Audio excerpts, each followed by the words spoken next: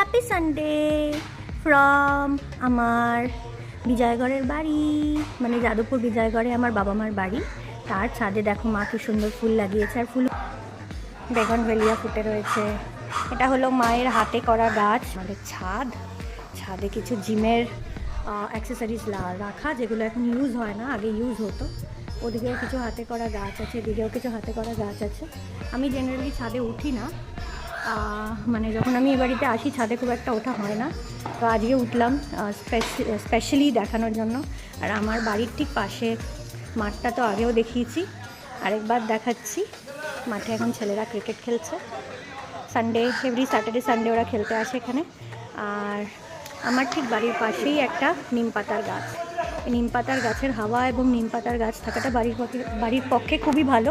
Fresh অক্সিজেনও আসে, আর এমনিতেই এদিকটা দক্ষিণ খোলা, সুতরাং খুবই ভালো বাতাস আসে আমাদের এদিকটায়। এটা হলো আমাদের ছাদ। মাঠে এখন ছেলেরা ক্রিকেট খেলছে। সানডে, এভরি স্যাটারডে সানডে ওরা খেলতে আসে এখানে। আর আমার ঠিক বাড়ির পাশেই একটা নিম পাতার গাছ।